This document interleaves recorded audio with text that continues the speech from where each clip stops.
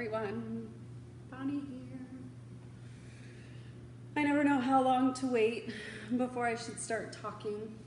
I think this is like my 6th or 7th video and I'm still trying to figure out what I'm doing exactly. But I guess I've been kind of flying by the seat of my pants and learning as I go since I was born, so it's nothing really new, right? I was asked this past Thursday to be a panelist on the Night of Prayer webinar. And I was only scheduled to talk for 6 to 8 minutes, and I was still super nervous. And all these new experiences are good, but they're a little nerve-wracking. But in the webinar, I was asked to speak on the issues about our kids and our youth, and the issues that they're facing with all of the stuff going on. And I talked about how it's been 9 weeks since we started this whole distance learning thing, and it seems as if the issues that our children and our youth are facing have only been magnified with the virus and everything that's going on. And our reports of suicide attempts and suicidal thoughts seem to be climbing at an alarming rate. And those thousands of children that relied on school, hi Chuck, thousands of children that are out there that relied on school for their security and their stability and even their food find themselves having to go without for an undetermined amount of time. And that bothers me that these children seem to be kind of forgotten in all of this. I know that the schools and everybody are working to get them food, but a lot of their needs go a lot more deeper than the food issues. So during the webinar,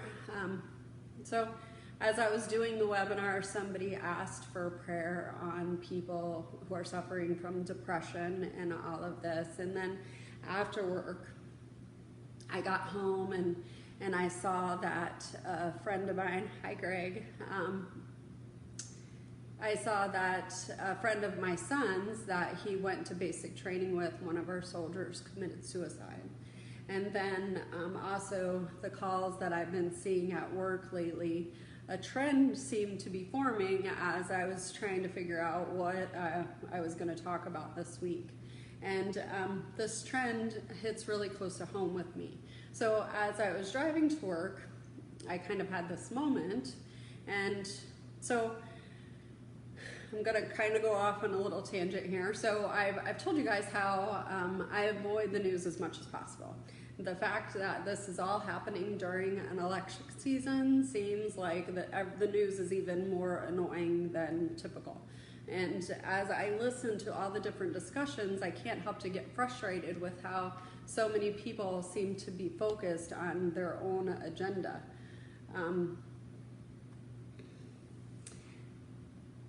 So I don't know if it's the cop in me that gets a little fired up when I hear people talking about getting their rights away or rights taken away. And I know some of you might not totally understand my frustration, but I've been on scenes where people are yelling at me for taking their rights away. So one of the things that came to mind was once we're working this huge brush fire out in the estates and I have to close the road down. The firefighters have asked me to close the road down until the fire is under control. So there's one way in, there's one way out. So I've got the road closed down so the firefighters can do their job. And people are driving up to me and they're yelling at me that they need to go home and they need to do this and they need to do that and I can't take their rights away. You know, they have a right to go home and yada, yada, yada. So my response is, listen, I've been asked to shut the road down. It's going to be down. It's going to be shut down till the fire's under control. Please go find something else to do. It's a working brush fire. The fire department said shut the road down. They've got firefighters running all over the place. Yes, Lori. So they've got firefighters running all over the place. They've got their equipment everywhere. The last thing they need to worry about is whether or not they're going to get run over. The last thing we need is another victim in the middle of all of this. So the sergeant on duty, he agrees, shut the road down because safety is our main priority, right? Well then, another sergeant comes on duty after I've been out there for several hours, doing what I've been told. And the new sergeant that comes on duty, he decides, you know what?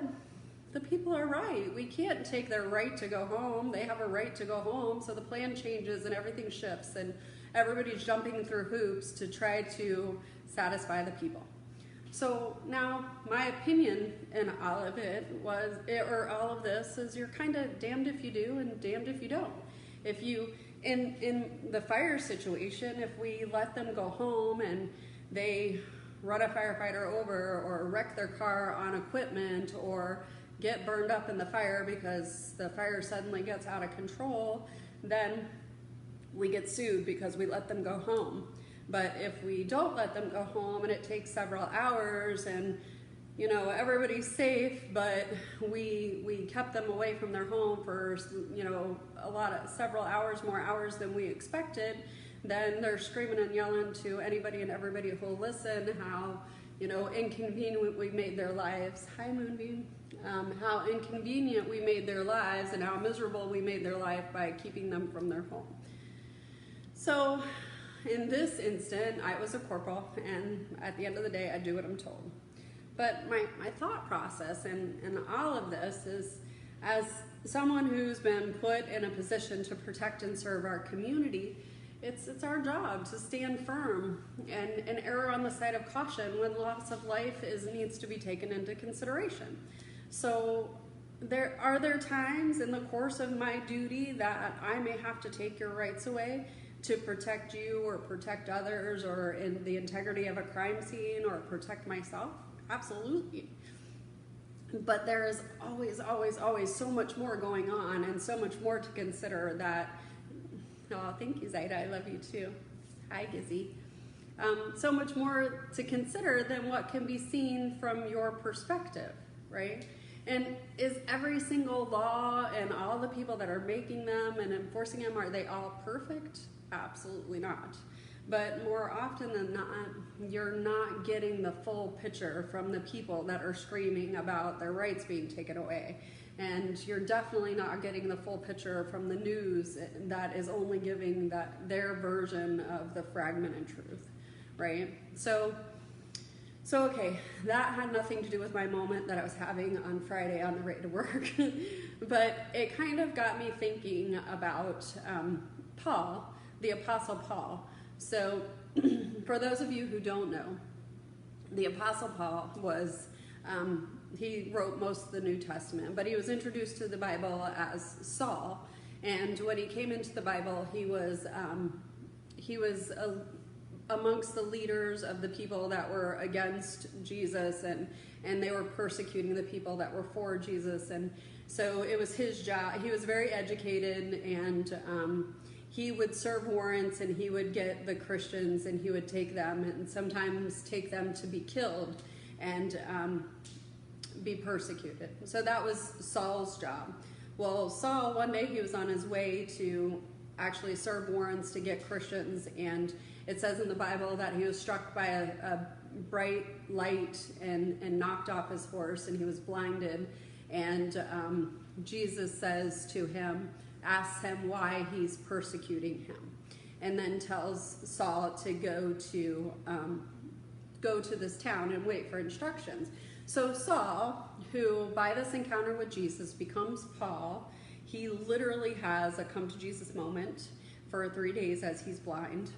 And then from that moment on, Paul works to develop the church and to bring people to Jesus however he can, right? And then he goes on to write most of the New Testament. So, and typically, as he's writing all this, he's typically doing it from a jail cell. So this brings me to why I was thinking about him. Like he's dealing with all these things, and he's in all these horrible situations. But while he's in prison trying to spread the word about Jesus, he writes in Philippians 4:11-13, I have learned to be content whatever the circumstances. I know what it is to be in need. I know what it is to have plenty. I have learned the secret of being content in any and every situation. Whether well-fed or hungry, whether living in plenty or in want, I can do all things through him who gives me strength. And then in Romans 8:28, he writes, and we know in all things God works for the good of those who love him. And then Romans 8:31, he said, if God's for us, then who can be against us? So what brought me to Paul was that no matter what Paul was facing, no matter what was going on, his thought process was always like, oh, okay, I'm here for a reason. He didn't seem to be bothered. He was never really bothered by any of it. He was always just, okay, I'm here for a reason. Let's not focus on the circumstances. Let's just focus on God and see what he wants to do in all this. So that's kind of where I got to Paul, and yeah, my brain kind of goes in that direction more often than I think is probably normal, but if we believe what Paul wrote, then aren't we supposed to trust that no matter what's happening around us, that God is ultimately using it all for good? So anyway, so that kind of brings me to my moment where I got stuck on Paul. And I found myself really thinking, why Paul?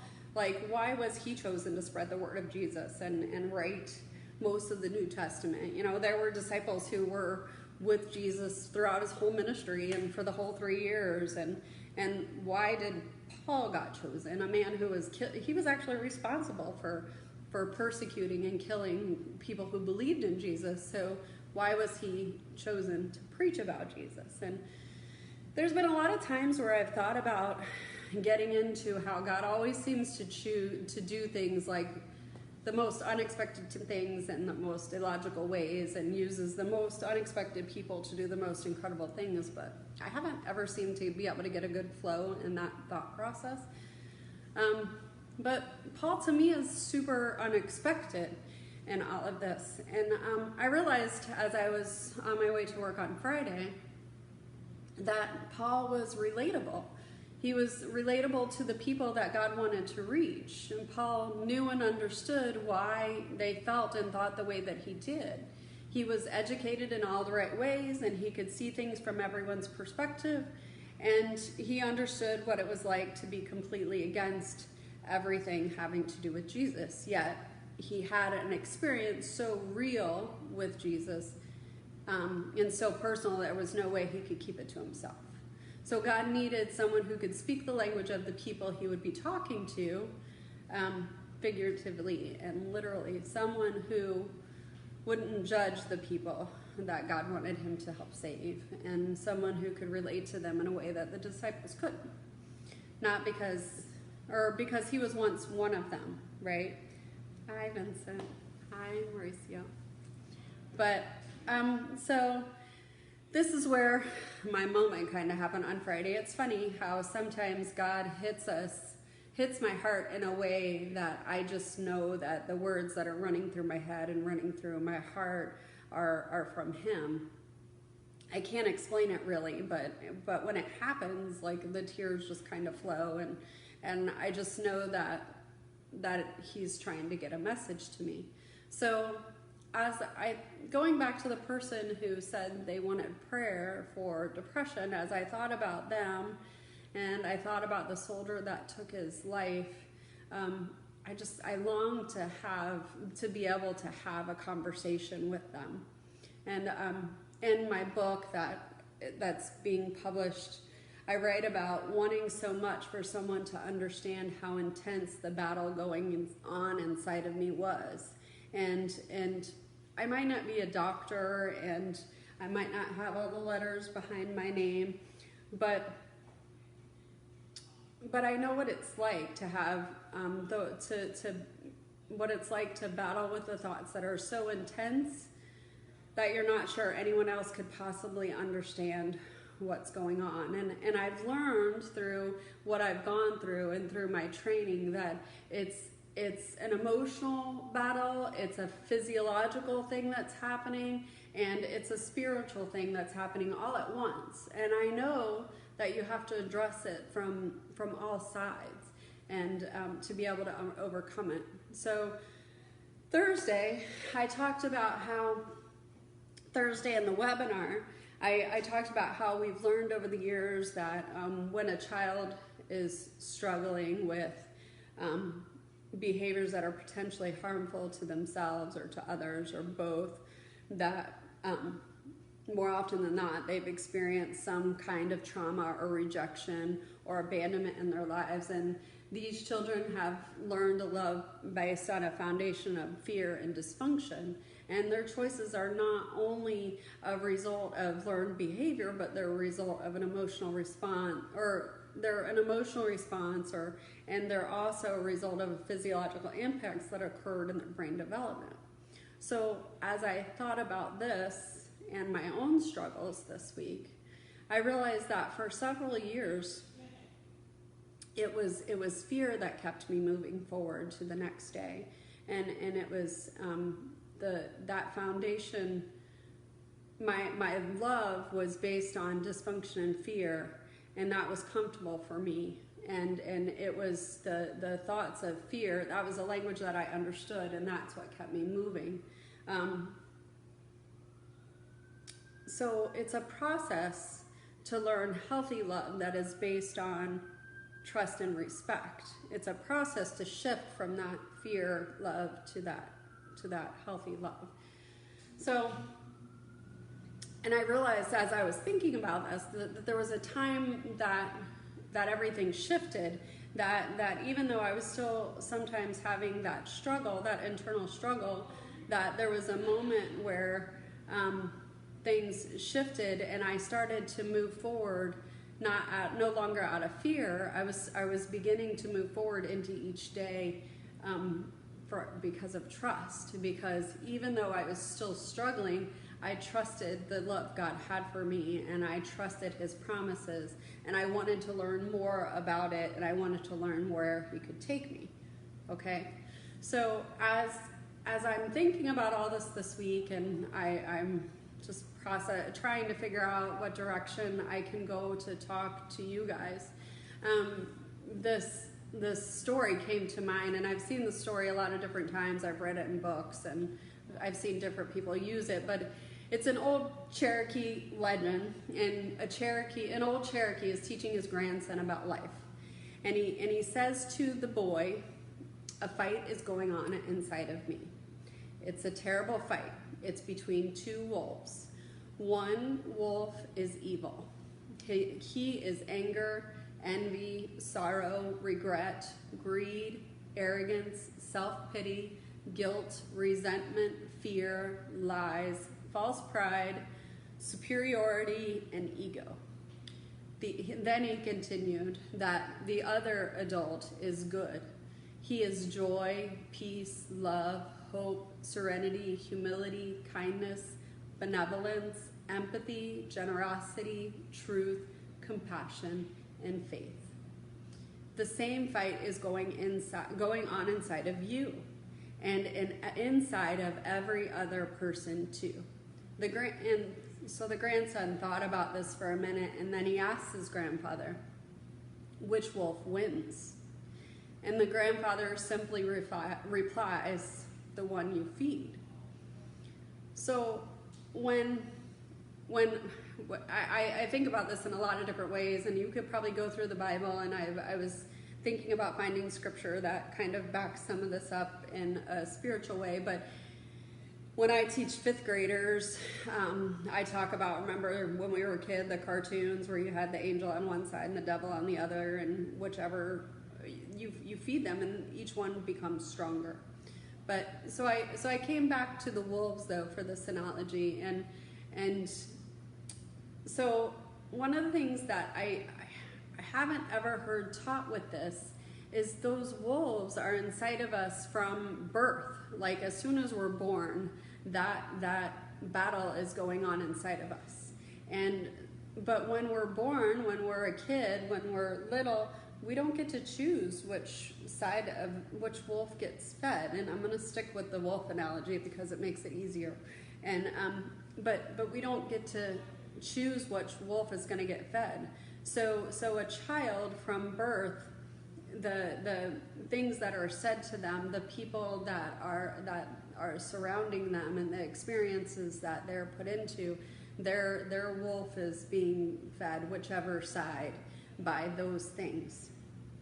And I read once about how negative things are 5 times more powerful and impactful than positive things. So, so that's why you have to be like really super intentional with bringing positive things into your life. So by the time we're an adult or a teenager, one of our wolves are already dominating our lives. So that would explain why teenagers start to really head down one path or another, because their wolf has been fed by whatever surroundings they've been in. So as I was thinking about this, the Bible verse John 10:10 came to me, where Jesus says, "The thief comes only in order to steal, kill, and destroy. I, Jesus, came that they may have life and have it in abundance to the full until it overflows." So imagine your evil wolf is stronger than your good wolf. And if evil came to steal, kill, and destroy, then as if you think of it, if you throw a cup of food towards wolves, the stronger wolf is going to get the majority of the food. And that would explain, and I know I'm kind of getting stuck on the wolf analogy, but that would explain the whole, how negative things have 5 times more impact than a positive thing, you know. So when a positive thing gets thrown your way, if your negative wolf is stronger, it's stealing the power of that positive thing, right? So, and then I was thinking how the 2 wolves have 2 very, very different jobs. That when the evil wolf is the one that's strongest, and I've had this feeling, when that part of you is dominating your thought process, I picture this wolf circling a person in a dominating, intimidating way, and they're causing that person to go in a certain direction out of their fear and insecurities, and their goal, and the goal of that wolf, the enemy comes to steal, kill, and destroy. That the goal of that wolf is to back that person to the edge of a cliff, so that they get to a point that the only way out is to jump. And that's where you get people. Yes, the teenagers seem to fall into a pack with similar wolves, and it's harder for them to get out. But that's where you get to people who get to where suicide is the only, where they feel like suicide's the only way. I heard somebody say the other day how it's such a selfish thing to do, and it is a really selfish thing to do, but in that moment, you feel like it's the only way to make it stop, right? I said I would get through this without crying, so we're going to see if I do or not. In 1 Peter 5:8, it says, "Be well balanced and always alert, because your enemy, the devil, roams incessantly like a roaring lion for its prey to devour." Right? And that's that wolf, that it's circling you, like, you know, and it's waiting to devour you. But it says like, it can't devour you. It can't. What people don't understand is that wolf doesn't have the ability to devour. It gives the appearance that it can, and just keeps pushing you till you get to the point where you fall off the edge. So, but the good wolf has a totally different job. So I feel like the good wolf's job is to circle you in a way that gives you confidence and protection. You know, when the good wolf is your dominant, when that is the love that's been dominating your life, it gives you confidence. And when you walk, and when you intentionally feed joy and peace and love and hope and serenity and humility and kindness and benevolence and empathy and generosity and truth and compassion and faith into your lives, that's the strongest. Then the wolf's job is to protect you and lead you into your purpose, you know, and you have this confidence and boldness that is almost difficult to understand for other people to understand, and it's just simply because you have brought those things into your life.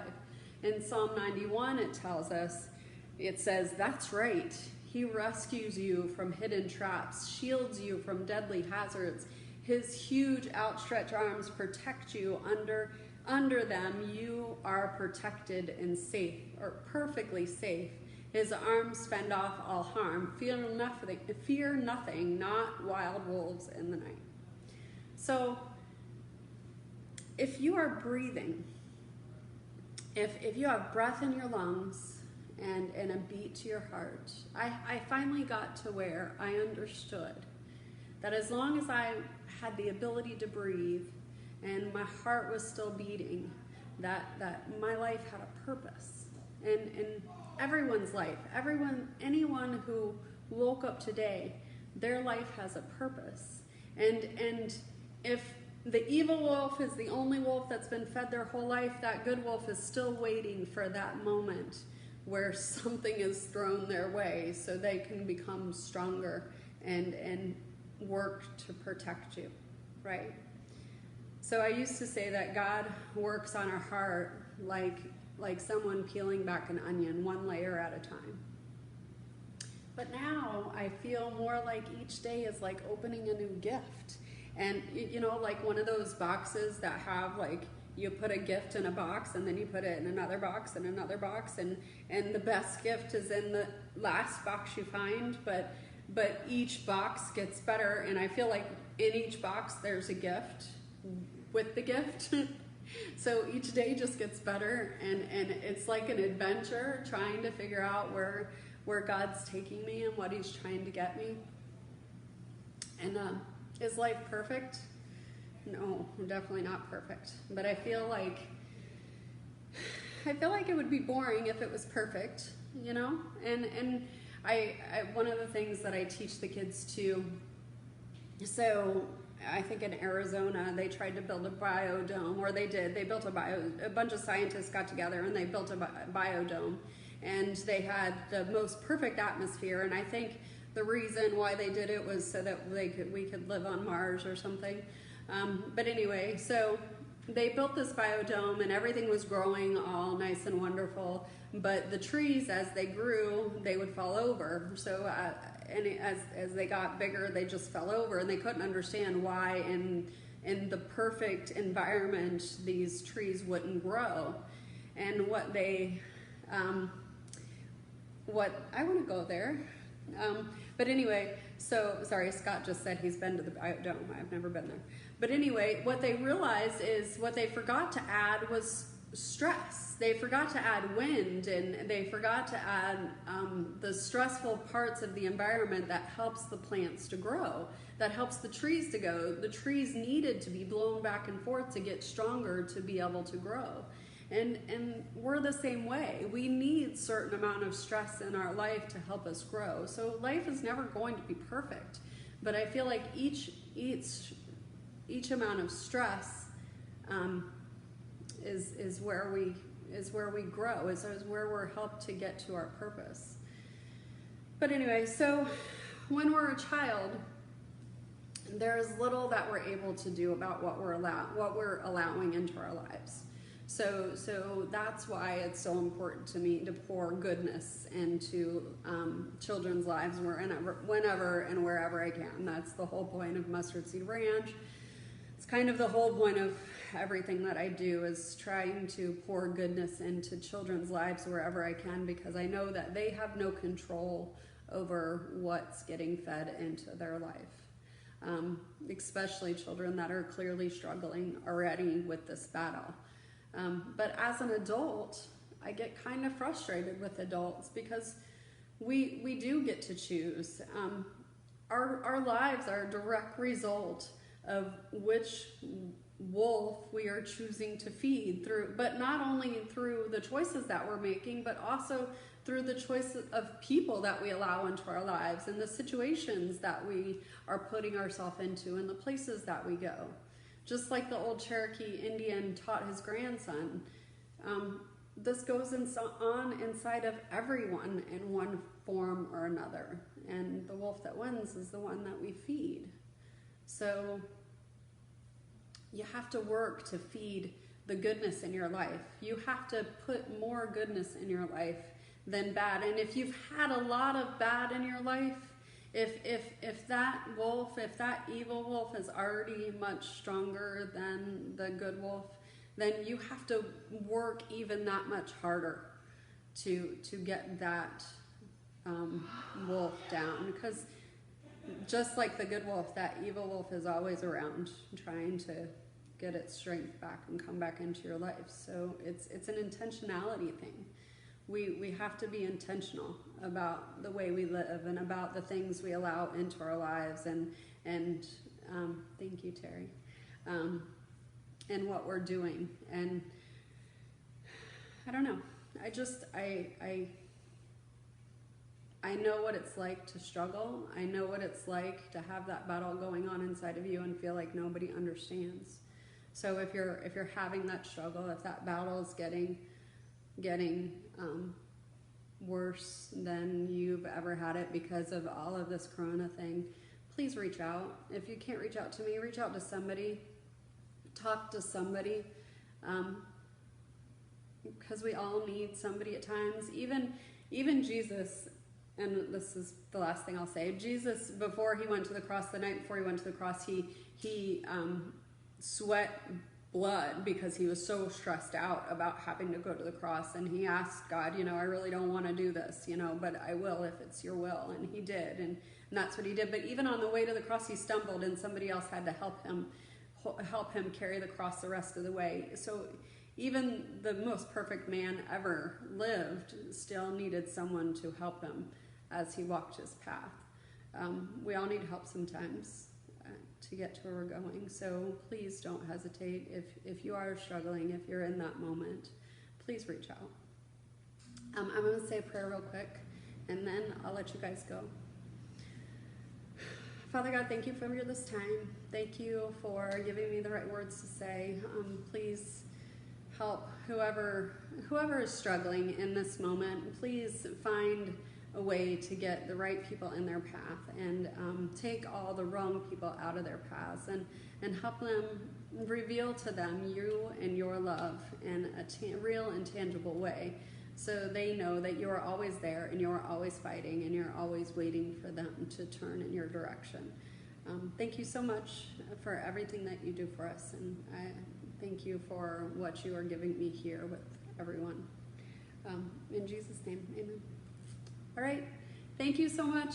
You guys have a great week, and I will see you next week.